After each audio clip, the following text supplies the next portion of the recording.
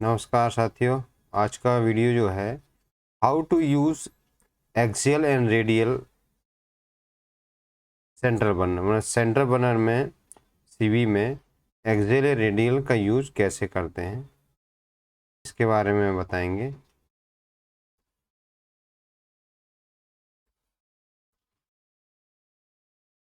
Burner यहाँ पर आप देख रहे हैं उसका व्यू, ये रेडियल है, एक्सियल है और ये सीवी फैन है नीचे में, और दोनों में अलग अलग बटरफ्लाई डैम्पर लगे हुए हैं उनकी एयर को कंट्रोल करने के लिए।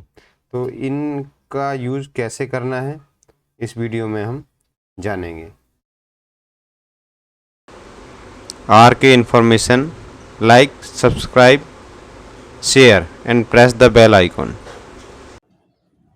आज मैं आपको बताने वाला हूँ, एक क्वेश्चन आया था कि सर सीवी यानी सेंटर बर्नर में एक्सियल और रेडियल का कैसे यूज़ करते हैं।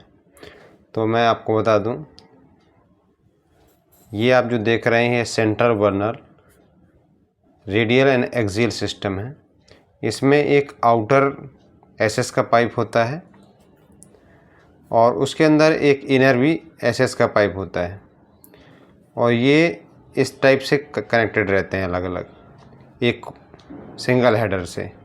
तो जो आउटर में एयर फ्लो होता है इसको रेडियल बोलते हैं, और जो सेंट्रल में एयर फ्लो होता है उसको एक्सियल बोलते हैं।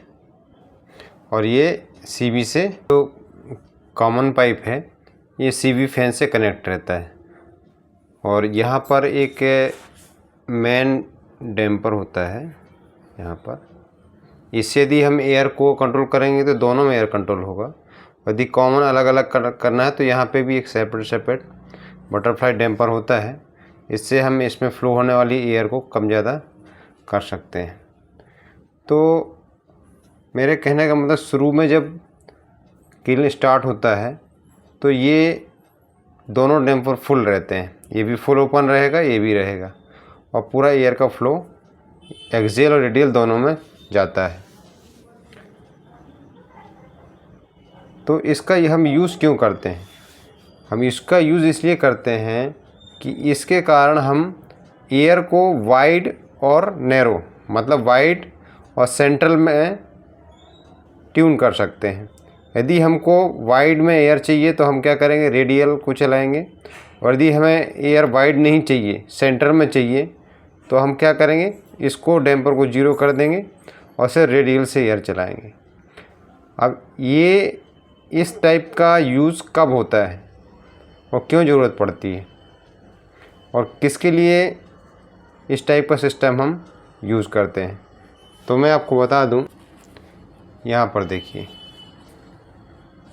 ये आपका रेडियल और ये एक्सियल।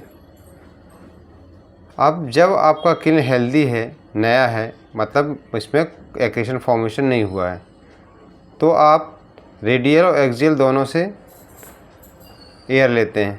लेकिन जब कभी क्या होता है कि यहाँ पर चलते चलते कुछ एक्रेशन फॉर्म होने लगता है ये एरिया में, तो क्या होगा, यहाँ पर बेड हाइट आने लगेगी, मतलब जो मटेरियल है उसकी हाइट यहाँ से यहाँ बढ़ जाएगी। तो क्या होगा, ये जो वाइड एयर है वो उसके कांटेक्ट में ये मटेरियल आने लगेगा। तो हम क्या करते हैं, रेडियल को एयर को कम कर देते हैं और सिर्फ सेंटर को चलने देते हैं, ताकि एयर का फ्लो सेंटर में रहे। इससे क्या होगा, इसकी जो ग्रोथ हो रही है उसकी प्रोटेक्शन हो जाती है, और एयर जो है ना वो डायरेक्ट बेड में टच नहीं होती। तो वही यूज है, जब स्टार्टिंग करना है तो ये आपको फुल, आपका एक्सियल रेडियल डैम्पर दोनों फुल रहेंगे, और आप मेन डैम्पर से कंट्रोल करेंगे। और जब आपको रिक्वायरमेंट आ गया कि मेरा आउटलेट में ग्रोथ हो रही है, तो फिर आप क्या करेंगे, ये तो हमेशा फुल ही रहेगा, इसको धीरे धीरे करके आप कम करने लगेंगे, मतलब वाइड एयर को आप कम करने लगेंगे। और कम करते करते एक समय ऐसा आता है कि ये जो है यहाँ से एयर इनपुट जीरो हो जाता है, ये पूरा क्लोज हो जाता है और सिर्फ यही चलता है और एक्सियल के थ्रू ही पूरी एयर फ्लो होती है। तो एक टाइम ऐसा आता है कि जब एयर सिर्फ एक्सियल से ही फ्लो होती है और रेडियल पूरा जीरो हो जाता है। तो इस तरह एयर को ट्यून करने के लिए हम एक्सियल और रेडियल सिस्टम का यूज़ करते हैं। और कई लोग तो ऐसा भी रहता है, जैसे जो रेनी सीजन होता है बारिश में, तो कई बार हम लोग क्या करते हैं, ये जो इनर पाइप है माने एक्सियल है, इसको रिमूव भी कर देते हैं। रिमूव इसलिए कर देते हैं कि हमको मैक्सिमम एयर जो है ना आउटलेट में यहाँ पे चाहिए रहती है। कभी कभी क्या मॉइस्चर के कारण यहाँ पे टेम्परेचर डाउन हो जाता है, तो उस कंडीशन में फिर क्या है, रेडियल का कोई ज़रूरत, एक्सियल का कोई ज़रूरत नहीं, इसको आप निकाल दीजिए। नहीं तो उल्टा क्या होगा कि आपका जो आउटलेट का टेम्परेचर है मॉइस्चर के कारण वो इंक्रीज़ नहीं होगा, हमेशा डाउन ही होगा, क्योंकि एयर आपको थोड़ा सा वाइड चाहिए और ये क्या करेगा, आपका एयर को सेंटर में लेके आएगा। तो रेनी सीजन में कई बार हम लोग उसको निकाल देते, बाकी समय में एक्सियल और रेडियल को हम यूज़ करते हैं। तो ये मेन यूज़ है इसका, इसीलिए हम लोग इस टाइप का सिस्टम यूज़ करते हैं।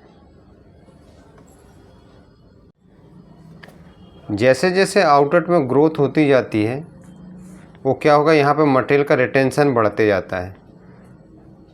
तो उस टाइप से ही हम क्या करेंगे, रेडियल के एयर को कम करते जाते हैं और कम करते करते एक टाइम पे क्या होगा, इसको पूरा जीरो कर देते हैं।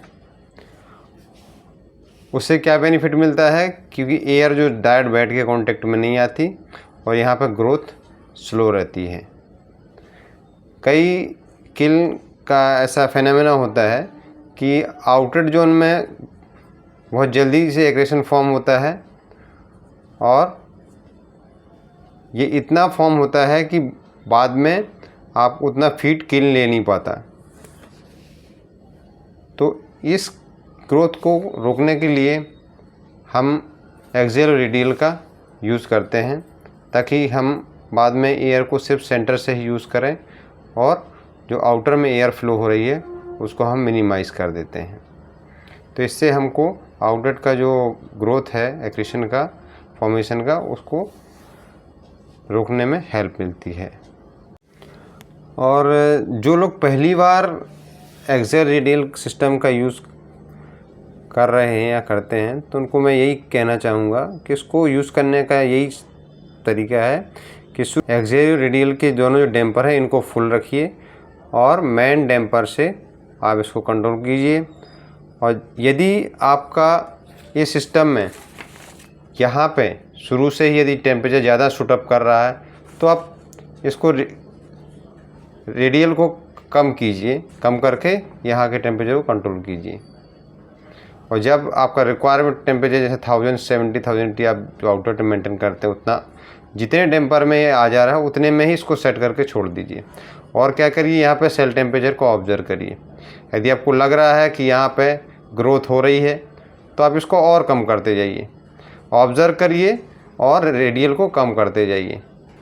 और जिस डैम्पर सेटिंग में आपका आउटर टेम्परेचर स्टेबल है और ग्रोथ भी स्लो है, तो आप उतने में इसको लॉक कर दीजिए और रेडियल एक्सियल हमेशा फुल रहेगा। तो ये सेटिंग है। जब शुरू में हम ये सिस्टम को यूज़ करते हैं तो कई लोगों को कन्फ्यूजिंग रहती है कि इसको कैसे ऑपरेट करना है, तो ये एक गाइडलाइन है। RK information, like, subscribe, share and press the bell icon.